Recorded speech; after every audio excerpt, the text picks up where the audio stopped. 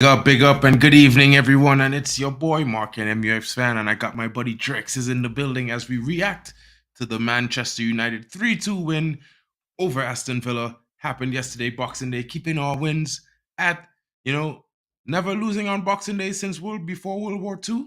Amazing feat by the Manchester United team. And it was congratulations to the team again for their performance. They had to come back from behind and do a very good job, show their resilience and play very well, and they deserve the victory, guys. And as we get in it, take this time, smash those like button, subscribe if you're new, leave your comments and criticisms below. Let's get into this, guys.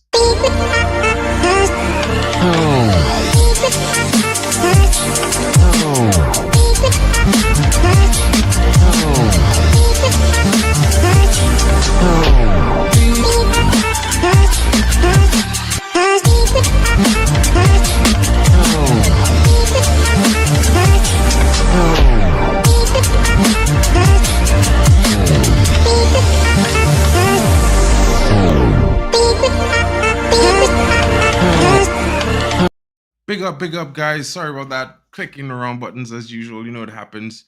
What up? Big up to my boy Drex, always in the building. What's going on, homie? Are you about? I'm all right. Can you hear me? I can hear you. I can hear you. What's going on? What's going on? Yeah, Is I'm all everything right. good? Just feeling excited about the game. Just thinking of how it all panned out yesterday. It was so refreshing um to see the boys actually play out for the manager because during the first half, I I, w- I don't know if you remember, I was on the Football Power Hour and I heard people saying, well, so a lot of some persons were saying that feels like the boys weren't playing for the manager. Then I jumped on the stream like, yo, no, I don't think these boys are not playing for the manager. They are playing for the manager. Just that two incidents that didn't go our way led to the goal, and I think I was in my right to actually call out the set piece coach for not what for not doing something that we think that they should have been doing, right? Because it's been we hardly score from set piece. Then it feels like we can't even defend the set piece properly. So those were the frustration. But to say the boys weren't playing for the manager, you could see yesterday what it meant to them, what it meant to them when they came out in the second half, and even when the first goal that was disallowed, right, got in and it was rightly disallowed, you could see the spirit was there. You could tell that the goal was coming. You could tell that the goal was actually coming, and it was beautiful to actually see that in about 20 25 minutes. I think it was 20 minutes before the 70th minute. We already had two goals. 100%. We already equalized the game, and that in itself, right? Big up to Johnny Evans for keeping us in the game with that is left foot block. But scoring two goals just 15 to 20 minutes into the second half to keep everything on par. It's what actually they drew confidence in that with a lot of time left. They knew that they could actually go get the winner, and which they did, and it was no other person than the young kid that we all have been waiting for to actually break the deadlock in the Premier League. And I was so excited. I was so excited to see Rasmus on the score sheet yesterday. It was beautiful. Just thinking about how we came back from two goals down to actually get win that game it's just incredible to actually behold. Yeah, and it's one of those things where United hasn't been in the greatest form. You know what I mean? We've been having one of Yeah. those up and down seasons, but it's the second season of our rebuild. The first season ended this year previously, so it's one of those things where fans expected the team to push on from the beginning of the season, and I could understand the discomfort and this unrest in the fan base. To be fair, because I at least think that we weren't going to be doing amazingly well this season. I didn't think we were going to challenge for the trophy, but I did think we would be there and thereabouts for top four consistently. But the form has even gotten me by surprise, and I'm usually like the most positive. You know how it is, bro. I try to be as positive as I can because like sometimes it just doesn't go your way or it doesn't go to plan. It takes longer or it just it doesn't seem to be working right, but it doesn't mean that you're not going in the right direction. And I really, really, truly think Manchester United have been going in the right directions. I think there's so many things that were just going on, not only outside the club with the transfers, the takeovers, players being banished for whatever reason, the issue with Mason Greenwood and as well as Anthony at the beginning of the season, 16 players injured to start. We haven't been able to start the back line that took us to third place last season. So there's no real consistency. But apart from that, we've been changing things in the midfield, changing the style of play, changing the ethos at the club. So it's one of those things for me, like it's a state of flux where there's so many changes happening. You know, we're kind of like grasping for some stability and some consistency, at least somewhere in which one of the facets, so that we could build from there to move forward. And True. it just seems like the only consistency is that the team and the style of play has consistently shown itself more and more now in the last like 5 to 10 games. Even if we hadn't scored a goal for 3 games or 4 games, I think it was, when we score goals, we are starting to score them in threes. Yeah. Because if I think about it, it's 4 games we played that we scored 3 goals. 3 of them were back to back, and then Hmm. this one after having a goal drought. And one of the most interesting things for me is that the goal drought that we had, two of the players that faced a lot of criticism and got a lot of chances in different times and Yeah. circumstances during different games and key moments, Yeah. they were the two that showed up big tonight. You know what I mean? Marcus Yeah. Rashford, hats off to him. He came back on today. No one, not a lot of us was hoping for him to start the game, but his start was very, very positive, and the way he carried himself during the game was very positive. And I have to commend him and say, you know what? Congratulations on our job. Well done, Marcus. You came up big with that assist. You would have had two, but it was Hmm. disallowed by VAR. And I think it's a really good performance from you. Like, I think he kept it simple. He didn't try to attack, one on one, all the time. I think he was like, you know what? I'm gonna take chances to attack, but what I'm gonna do, I'm gonna try to feed balls into the box for the striker or other attackers to get the goal, and that's what he did. And Yeah. hats off to him. Yep. Yep. And the fact that he kept it simple. If I dribble and it doesn't come off, then I do look for the second option. That he just kept it simple, just the way we've been wanting it. And I noticed yesterday he was getting a lot of fouls from the Villa players, right? So that in itself could tell you that he was doing something. He was threatening them. So they needed a situation where to take him out. First of all, the goalkeeper, that tackle fine, he got the player. But if that was another player outside the goalkeeper's territory, I think that would have been a yellow card, or might even deemed something very, very dangerous, right? But it is what it is. The players, even the what's his name, Konsiak, I can't really pronounce his name. The right Konsa, back, yeah, Konsa, the right back for Villa. I think, yeah, he was always he was always having a go at him, and at one point that guy became too very rough and was trying to like kick at Marcus. So he was doing something that we've always known he knows how to do, but because of his I think he was still carrying out the share responsibility from last season where he had to contribute a lot to the goals. So I think during the first half of the season, or during the first couple of games, let me say 10 games, he was still thinking, okay, you know what, I'm still in that territory. I'm still in that mood of I have to provide, I have to provide, I have to be the outlet, right? But now he's beginning to see that, okay, there are people around that could actually score these goals. It shouldn't be me all the time. If my chance come, I take it. If it doesn't, I have to provide for whoever is has a more clearer opportunity to score than himself, which was very, very refreshing to see yesterday. But all in all, it was a good performance, but I still feel like there's some sort of um some lessons to be learned from yesterday's game. The fact that we every time we scored, Villa was already like they were gunning down our throats, like they want to get the goal back.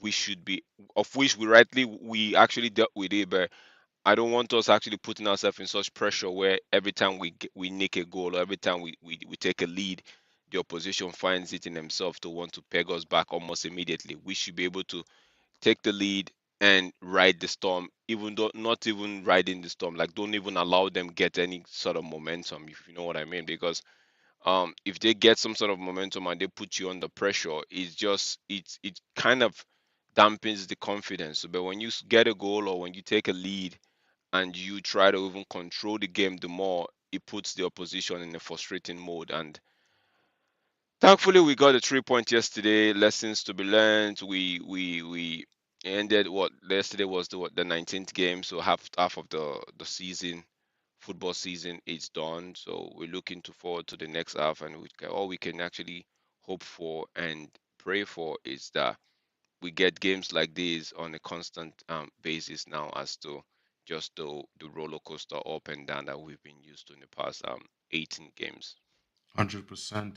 And like, the fans deserved a game like this, to be honest, where it's one of those things where, we might have conceded two at first, but this showed the level of the team, the commitment of the players. Like, a lot of players, we could say a lot of things about them before in the few games so far in the season. And Yeah, you know what? I think with their performance last night, we not only saw five players under 21 take the field in our victory, but we saw the return of form, or some semi return of form, of a lot of players. Garnacho yeah, got a brace.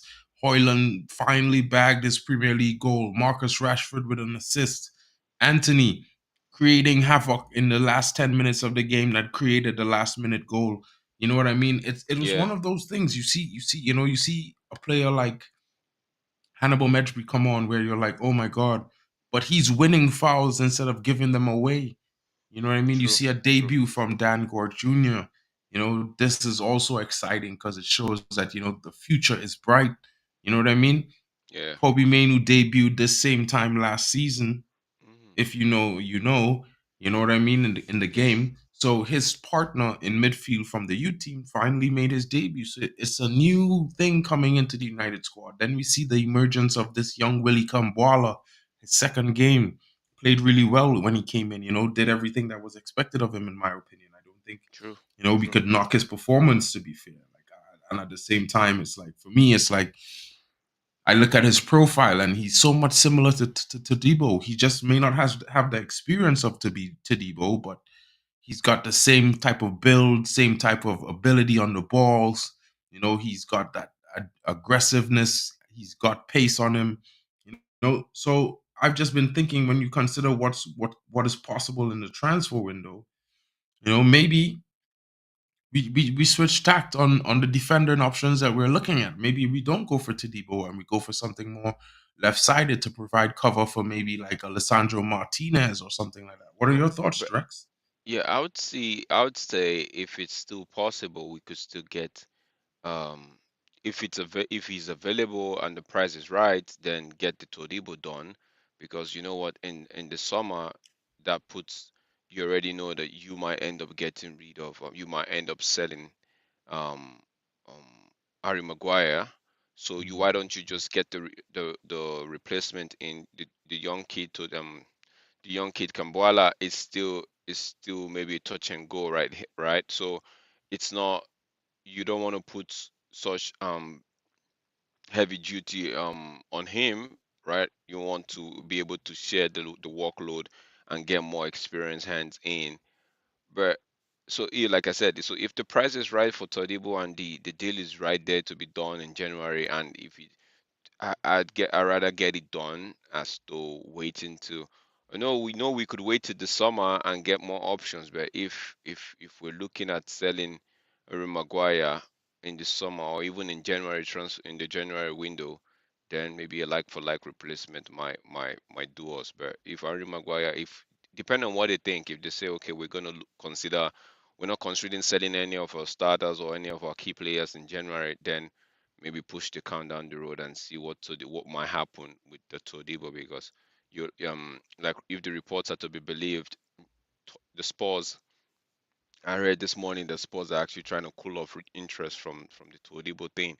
So yeah, you never can tell. There might be better options in the summer, but again, if the price is right and if the player wants to come and if Ten Hag sees him an important player, then why not do it? Doesn't mean that the young kid Kamboala wouldn't get his game time. Nobody expected him to actually start, but he did start. He did play his part in the Liverpool game, and so he played his part yesterday. So there's hope. There's always hope. So that Yeah, doesn't and mean we shouldn't do what we need to do as a football club.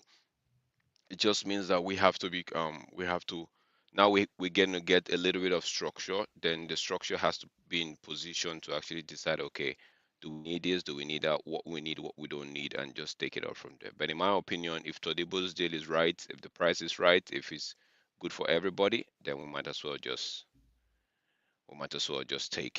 take him right now, and big with the up to Mick mindset that Ruby coming in live. yeah. 2024, we be frying some bacon, believe. And I agree with you, Mick. I 100% believe that because, Big up, for Mick. some reason, I think with the emergence of all this youth coming through, Drex, I think that we're gonna see something new. We're gonna see a different outlook to Manchester United, a new energy in the club. There's a lot of players on the team that may need to leave, or a lot of the players might be suddenly thinking, maybe we need to work harder and resurrect our careers because with the new 25% stake, with the reputations of the new members of the board coming in, CEO Blanc and Sir Brailsford, these guys have to sharpen up. Yeah, Mick. It's been easy. I've been liking it. It feels nicer to use for me. So like I've been trying it out. You know what I mean? And like I've been saying, Drex, I feel like the players are gonna perform a little bit better now because now there's no more uncertainty on what's going on with the club. Now the club is moving forward in a positive direction. It So it's just to see what the players do, how they it perform, how it's they interest they. it, Hmm? it's interesting to know, right? Big up, Mick. It's interesting to know that now if one of the if we can get players like Anthony Marshall off, right? Like I read in the report, maybe you're gonna touch on it later, but I read in the report that nothing is gonna be done until Sir Jim Ratcliffe gives an okay, which to me it's interesting because if we can, what I was going to say is if those players don't have the ears of those important guys like the CEO and the DOF, now we know Richard Arnold is done, right? John Motto, there are reports saying that he will be done as well as the director of football in the club. Now imagine those two personalities are out of the way, right? Then the players have to be on side with Eric Ten Hag because guess what? Whether we like it or not, whether they say Eric Ten Hag is going to lose his job or not, while he's still here, he is still the one that has the ears of Ratcliffe or Sir 100%. Bradford. So he's the one that the players would want to go through. He would be the one that would act as a middleman. So just the same way report had it that Pogba actually tried to convince Ole Gunnar Solskjaer to talk to the board to get him a contract, right? It's gonna be like that because every player now knows that okay, my the person I have as my contact in board level at board level or at the helms of affair, those guys are not going to be there. Their power is as good as zero. So Hundred so who's going to be my new ally? My new ally now is going to be the coach. Is whatever the coach tells the new structure, the new guys in charge. That's what they're going to do a review, and they will take the coach's words into consideration, not the players. If you know what I mean. So the only person that I might think that might get a little bit of edge might just be the captain, which is Bruno. And Bruno is a soccer for discipline, so he stands by his manager. So whoever the manager is, Bruno is by him. So it now boils down to the players now knowing, realizing like, oh damn, like I'm alone. I have to now Yeah, do what I have to do if I want to be here. Else I'll be kicked out. The manager that I think might be my friend might end up not being my friend because guess hundred what? I might percent. be disrespectful in some ways that I thought it wouldn't have been. So now the manager is your best friend. The manager should be your best friend now because it's just a case of workspace. When a new boss comes into town and he wants to report, he wants to do a review, it's the manager is going to go meet first before he go talks to the employees, like the people beneath the manager. So, and we all know how employees tend to act when they get a new boss. Everybody wants to be acting all nice and fine, right? But it's whatever the boss, whatever the manager, whatever whoever is heading a department, whatever this person says, that's what will be taken into consideration to a larger extent. So, like you said, I right there, I'm expecting some level of increase in performance, increase in attitude, better carrying of themselves, better application to the manager's plan and implementing the manager's plan. So better application of instruction on the pitch. So all in all, it's a good thing. We don't. It's not what we wanted, but it's a good thing that this takeover it's done. So the players now know that there's going to be a new boss in town. So everybody sits up, everybody acts right, and we that might even translate into the pitch. Even before the review, we might be getting results be based on these uncertainty that has been made certain now, if you know what I mean. So the Yeah, review 100%. might just be okay, this is why they were acting this way. There was no certainty. The structure wasn't good. So, okay, if they decide to say, okay, give XYZ some chance, then it's up to them. But in my opinion, people would sit up, players would sit up. But whoever doesn't want to sit up at this point, then they don't deserve to be here. Exactly. And you know what? I'm not one that was interested and happy and excited about this 25%. But if you think about takeovers and the ramifications of business, it's still possibly open that a bigger investor could come in and take the whole pot. You know what I mean? Yeah, So yeah, I'm just gonna be positive in the fact that I think the structure that United has been missing for the last decade, we're finally gonna see something like that come and take shape and yep, provide a boost to Ten Hag and provide direction for the club. So it's going to change the views on the players and change everything that's going on at the club in this moment. And you know what? I've been thinking that for some reason I've been thinking since the season start, United is going to have to wait until the business end of the season to see the good performances and see the progress of the squad. But I really didn't bet or think that we would be doing this, making it a little bit hard for ourselves. You know what I mean? I didn't yeah. expect us to be in sixth. I thought maybe we'd have been in fourth or fifth, 2 points off the top of the table. But you know what? We're 10 points off the top of the table, 5 points from fourth place, and it's not that bad because if you look at it, United has a chance. Everyone's written us off. Everyone's like, oh, this one is a top contender. This one's a top contender. This one could come back. We know about City. We know about Arsenal and Liverpool, but United are drowning. So now, when you have this interesting prospect where United has suddenly beat the third place team in Aston Villa, who has been giving trouble to all of the top performers this season so far, it's something like a message because United dominated the game. Mhm, We mhm. conceded from two mistakes, and hats Yeah, off to Villa capitalizing on those mistakes that we made. But it was amazing that United could find the energy, the confidence, the courage to fight back. And it was almost around that same time I was saying that myself in the group. I was saying, you know what, these guys need to find some teeth in the bite. They need to come out and fight in that second half and show that they want to be Manchester yeah, United players yeah, because yeah. at the end of the day, whether we like the manager, whether we dislike the manager, whether we like some players or dislike some players, this is the team that we have. And At the until moment, yeah. changes come and new True. signings come in and we see outgoings, we need to be behind this team and behind this manager.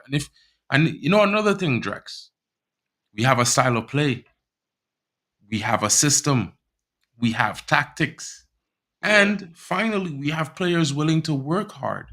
You know what I true. mean? And that's the biggest thing. And, though in the first half, we had that first 20 minutes of, what I would say is like disarray, disappointing performances, players unsure, making mistakes.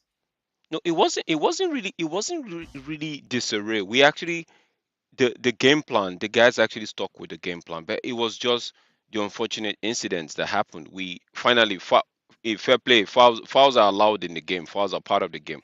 We gave a needless foul away.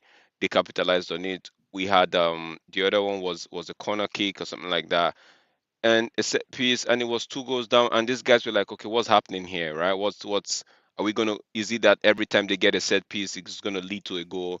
Let's get back. Concentration has to be high. And so they actually they stuck to their guns from minute one. It's just was unfortunate that those two incidents happened, and it really happened early, so they had time to actually put themselves together and go for it. Because if you realize in the first half, we were even on rightfully so on Football Power Hour. Omar was like, we were getting caught offside, but yet we weren't scoring those offside goals.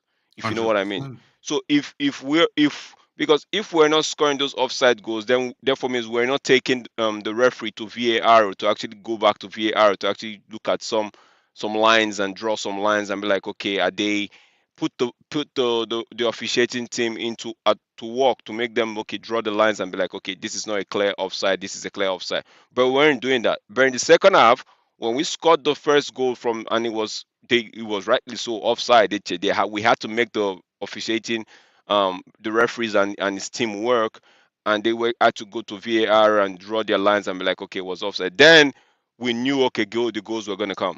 We knew that whatever we were doing, we just needed to refine it a bit, and we'll beat the trap, which we did. We pressed the ball high up in their half. We got the ball. Bruno played the pass. The guys kept their lines. So because we could score those offside goals, everybody knew what to do. Everybody knew, okay, I'm not going to go ahead, I'm going to hold my run a second later, that Hmm. way. Yeah, so when they have to take the game to VAR, they could actually say, okay, you know what, subjective or objective, it's something. But when you don't even take your chances, even when the referee raises the flag and you don't even try to convert those things, it just makes the game easy for the opponent. They keep saying, okay, you know what, our job is our whatever trap we're setting is working, so let's keep going 100%. at it. But when you score, they put them on the edge. I'm like, okay, was that really an offside? Was this not, or did we just get saved by VAR? You know, then it start making the defense line a little bit shaky, and one person would actually be got up, would actually set the trap and would be the one playing everybody on side, and which happened yesterday, which really Yeah, happened in the exactly. second half. One person Exactly. was actually nervy, and he put every other person, he put most of Manchester United players on side, and we got the goal. Exactly. And as Alien Tenor is saying here, coming in really big. Thank you so much, my bro, for the support. Mainu and Evans were top draw last night. Oh, of course, And yeah, this, man. and Like, man, it yeah, was we said amazing it to watch, yesterday. guys. You know We what I said mean? it Like yesterday. Johnny Evans was, Evans, yeah, man at of the what, match for me, you know what I 35. mean? Yeah, you I said would man of give the him match man for of the you match. He yesterday. Yeah, saved our yeah, game, to be fair. yeah. Like, Garnacho bragged the Not praise. just not just the third goal where he blocked the shot, but if you remember in the first half when they already had two goals up, I think it was Dalot that gave a ball away, and Ole Watkins was trying to make a run. He actually stepped in. Evans stepped in and collected the ball and advanced and almost went to create something for the team. So it's just refreshing, man. It's just refreshing to see that. Most of us didn't really like the signing of Evans because we were like, what are they doing? Are they penny pinching here, right? But it has turned out to be an experienced head who's where I know the pace is not he's not really got that pace anymore, but his experience is actually proving to be very, very, very important for us right now. Very important, like Alien is saying here, come Boala, Bennett, Mainu, Gore, Hoyland, Garnacho, Ahmad, Lacey. The future looks bright. 100%, man. 100% 100% alien bright. tenor. Alien. 100. Top, top lad, man. Like I've been following the U team for the last 2 years, bro. And seeing Dan Gore come on last night was huge for me because he deserves a chance. You know what I mean?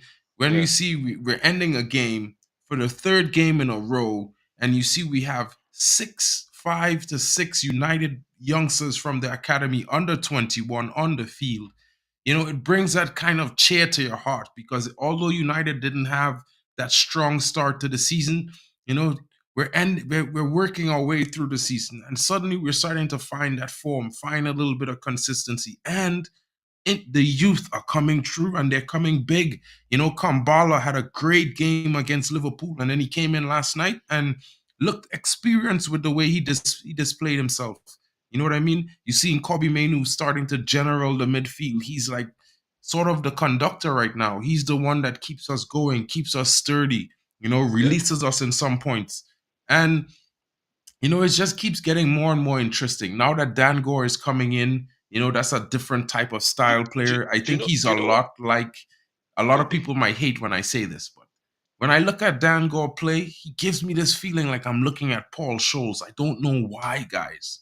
But when he's on the field and the way he moves and he sets up, he gives me a feeling like a Paul Scholes. So I'm looking forward to see what these kids could do. I'm looking Some forward to see what Eric Ten Hag is about no to do with something this Eric team. Ten Hag did yesterday, and which I really like. It was this morning I actually realized it. Like, yo, 3-2. Villa had some sort of momentum. They were trying to pile up the pressure, and this man just made those substitution and threw in the kids. Maino, I'm sorry, Gore, Hannibal, and Kambuala. It's like, you know what, guys, it's all on you, right? Because you could throw in kids that are not experienced, and the Villa could actually capitalize and get a goal, right? But what I read this morning, I was like, did this guy just let the kids know that, yo, you can go defend this lead? We already, you see, big up Elenteno, right? It says Menu and Go in the midfield. Them boys are twins. Get used. Of course, we very soon, um, very soon we won't be talking about um McTominay anymore. We will be saying, okay, we've got a Dangor that would actually take the place of McTominay, right? And I don't like this thing we United fans we do. Like when we sell a player, we and the player goes on to do better in another team, we start saying, oh, which we never sold him. I hear people saying, oh, which we never sold Danny James, which we never sold what's this kid in Nottingham Forest, Oh, yeah, Alanga. Anthony Langa, yeah, like bro, we all had that. We saw these guys play for us, and we were furious when they were playing, and we were like, well, no, this is not their level. So 100%. let's give these young kids time. McTominay leaves, Dan God has his position, and let's see what they can do, right? The manager yesterday just gave them some level of confidence. 3-2 game. Some people say game was over, but in my opinion, you know how shaky our defense were. But he said, go in and get me the win. Go in and make sure this win is secured. Go in and secure this win. Do anything possible to ensure. And you know what I said yesterday? Bringing Hannibal, I was scared and I was skeptic. Like he might give a foul away at a very dangerous position, right? But he ended up winning the foul right at Villa's end. I'm like, yo, man, this is impressive. This is maybe he actually listened to the manager, and the manager said, "Don't go do stupid stuff. If you want to do anything stupid, make sure it's on the other half of the play of the opposition," which he did. And to me, that's giving them some huge responsibility and ensuring that they don't lose that game. And they coming out with the club, with the shares from the Old Trafford faithfuls, and with the win. It gives them some confidence. It gives them some level of, okay, this manager trusts me to actually see out the game. That's how I see 100%. it. And And like yeah, like Jarvis is what Jarvis is saying, saying, yeah, no eyes. Ansin, right? I think the problem Ansin is gonna get, if I'm pronouncing it well, is I like Isak, right? But I feel like he's of the same height as Gore, right? Yeah, I think his height might be a big challenge, but we never can tell. You never can tell. We might have a crisis at the right, because I think he's right winged. He plays from the right wing, right? actually, yeah, actually to me he plays anywhere across the front in attacking. Like But I think I've seen him Isaac most of the Hansen is time a is play. very, very technically gifted midfielder. I think he's a cam. He would be perfect as a number 10 in my opinion. I think he's better than people might hate this as well. I think he's a better version of Odegaard in my opinion. And the only problem with him is that I see, the English game has this fantasy with the hue with big players, and as technically gifted as he is, he's very smart in his play and intelligent. So I won't be surprised if he comes into the team and he plays and he deals with the physicality of the Premier League. I just think a lot of people might be second guessing him because of his size, and No, that's but no, and in but my opinion that's bad. They yeah, shouldn't be second guessing him because of yeah, his side. it's bad, but we you like with that in mind, with the size in mind, right? It's up to the manager to say, okay, you know what? There are some games you're gonna play, right? Let's try out in some games like the FA Cup. If we're gonna be playing a side let's say for example we get a Wigan. Reading, uh, or we get even what should we call it? We're playing Which team? Wigan. Our first Yeah, game we is play. against Wigan. Okay, like a weekend game, right? You just play. Maybe you want to get some sort of level of security. Play the boy at 10, then have Amrabat and Ericsson behind him to just show up in terms of protection. If you know what I mean, protection, right? Play the boy at 10, give him Amrabat and Ericsson behind him. Let him do. That way he can actually know that he looks behind him. He knows he has two experienced head in there. He has maybe an Anthony on the right and Ganacho or Rashford on the left. Then that way we can actually see if he's got the physicality of the league, right? Um, yeah, I honestly, Teno, I would get Mason back. I would get Mason back because if Mason coming back and doing what he knows how to do best, it gives, like you're right, it gives these young boys like the Isaac, like the Gore, Kambuala, Maino, it gives them this assurance like, yo, if I do well, I'm getting into this team. Not If I only do that, but I think what Mason Greenwood provides is that unpredictability, left or right, and he's one of those players that knows how to dictate a game when he's in the attacking phase. You know what I mean? I think him coming in would provide a lot of creativity and a lot of options for No, Hoyland I'm and not even, I'm not Garnacho. even I'm not even talking about the game. I'm talking about he might have, people might say, okay, because of what has happened in the past, but you never can tell. He might, like, I'm a sucker for second chance. The boy comes in and most of these young kids are looking onto him and like, okay, that put his personal issue aside. I'm like, okay, how are you doing this? How are you doing this in the team? How are you able to, because nobody knows who's your strongest foot. How are you able to build confidence? You didn't play for almost 18 months. You stepped on the pitch and in Getafe, and it feels like the football never left you. Like those little, whether we like it or not, Mason has gained some experience that he could pass down to these young kids, and these 100%. young kids can actually look at him in the football sense. I'm like, okay, if Mason did it, right, We we can can do it do it. too. You understand? That's what I mean. But going forward, it can actually add to the team. But I'm just saying, on those kids are actually going looking to go into the first team. United is good at bringing kids into the first team. So and now seeing Maino coming up, seeing Kambuala getting a start, the Fletcher kids and Isaac, the handsome boy, might be thinking, okay, it's only a matter of time. It's only a matter of time. My manager might look my way. I should be doing I keep doing what I'm doing. Try to improve. The manager might look my way. So it's only a matter of time. And I know it hurts Jarvis the most because the boy is Norwegian, I believe, and No, but it will be. No, I'm I just saying. I'm just I saying know, from I this know. angle, right? Yeah, yeah, It yeah. will be so interesting to have to see such boy, not just because he's Norwegian, but because he has the talent to Yeah. actually play. Mhm. Having the talent is one thing, to being a fan for or coming from a region where you support a club, but seeing your person actually knowing how to deliver, knowing that this person has the talent, right? I just feel like if he can actually get a run of game, let the fans and the manager see what he can do even under pressure, then we could actually make a very informed decision as to what we want to do with him. 100%. And like Yeah, Alien and Tenor like what? is saying, Yeah, yeah, Mason yeah. Go Greenwood ahead. has learned a hard lesson in life. 100%. And he That, will that pass you see, those that was lessons that, on. You know what I that that's what mean? I'm trying to say. That's what I'm trying to say. I was trying to say that in the first place. Like, other than his contribution to the team, his own life lesson, these guys can actually be like, bro, you didn't play for 18 months, but you went to Getafe, one preseason, and you're firing on all cylinders. Like, how did you? So these lessons can be passed to these boys, to these young kids, and they know that they shouldn't be treading some waters if they want to actually stay in the limelight. There's some waters they shouldn't be treading. So everybody, 100%. it's sad to say it, but Mason has learned from his mistake, if there's any there. So these boys also would learn from Mason's stories, and they would be like, you know what? I don't want to walk that path. I want to be Exactly. professional. Keep it Exactly. simple. Exactly. And you know what? Hats off. We're all buzzing as fans. A great performance from the team overall. They came back and fought to the end. Three unanswered goals against, Aston Villa, who were leading 2-0 up until the half. And, we took the win home and we kept our records intact. We showed that we have the quality in the team, and yes, yes, Alien Tenno.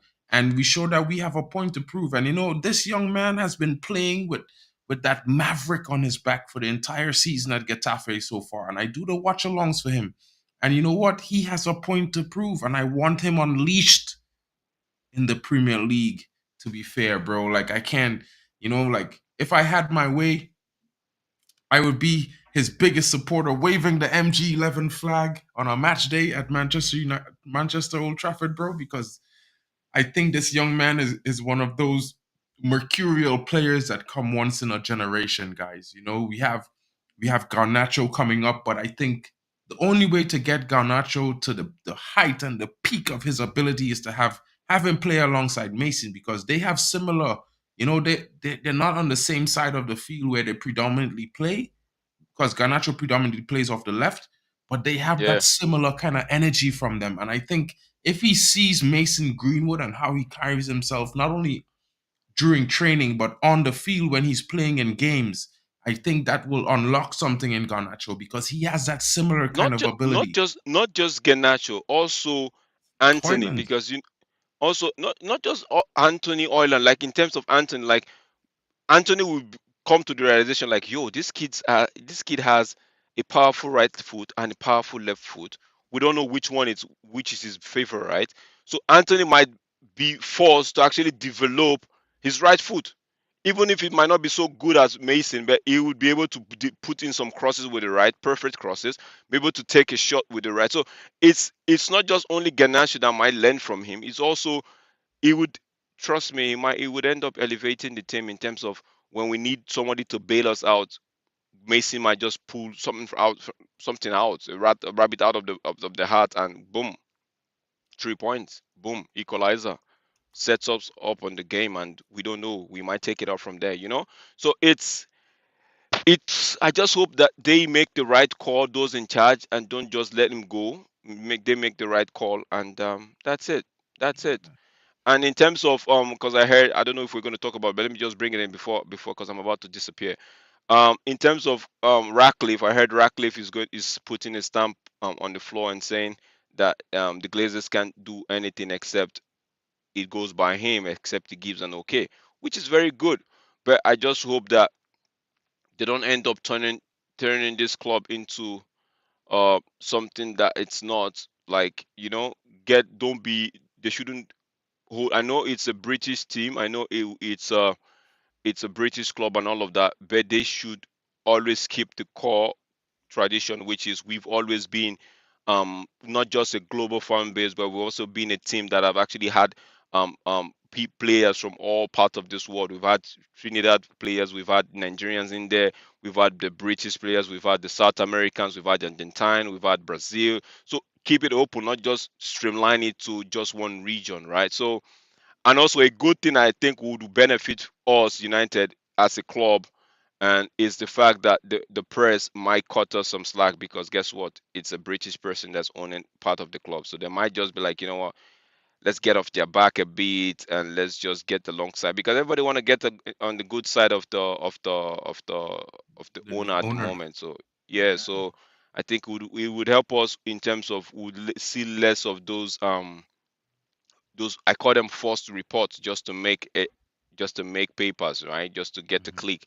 So I'll just force reports. We might end up seeing them reduced, and maybe we just get some sort of seniority, calmness or sanity around United for now.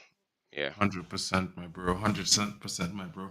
And as we close the stream, guys, I'd like to thank you all for joining us. Thanks, my buddy Drex, for taking time off from work to get in and give his comments. Anytime, You bro. know, Peter, Anytime. Alien Tenno, my bro, thank you so much for getting in, showing all the love and support. Jarvis, thank you for getting in. We all want to see Isaac Hansen, bro, to be honest. I might talk about him being a little bit small, but his ability is more than small. It's giant size. So let's hope that they come through. Thank you for Mick for pulling through. Everyone joining us, those looking at the stream live, anyone coming in later on and checking it non-live, please leave your comments, your criticism in below. Let us know what you're thinking and how you feel about Manchester United 3-2 versus Aston Villa. What are your thoughts and thinking as we go into the second half of the season and the business end, guys? Has United caught form at the right time, or is it just one of those things where they do what they've been doing for the entire season so far? Guys, from my opinion, I think we're gonna start doing better because one of the biggest things for me is Rashford. He came on and he came on and played the best game he has played all season. Rasmus Højlund scored the match winner, first goal of his Premier League campaign, and after a striker with the ability that this young lad has, goes on a scoring drought. You know, when the gates open, there's a flood to be have. Guys, thanks for joining us. Big up to you, Drex. You know, everyone coming in. Hope you all have a nice evening and power to you. We out here. Manchester United, 3-2 Aston Villa. Stay tuned for the transfer news tomorrow morning, bright and early. Catch me on MUFC Realist TV. And you can catch me here later on in the day with my buddy Drex, giving you the latest transfer and all the things happening as Manchester United head into January. Yes, guys, it's the 2024 part of the season. Let's go.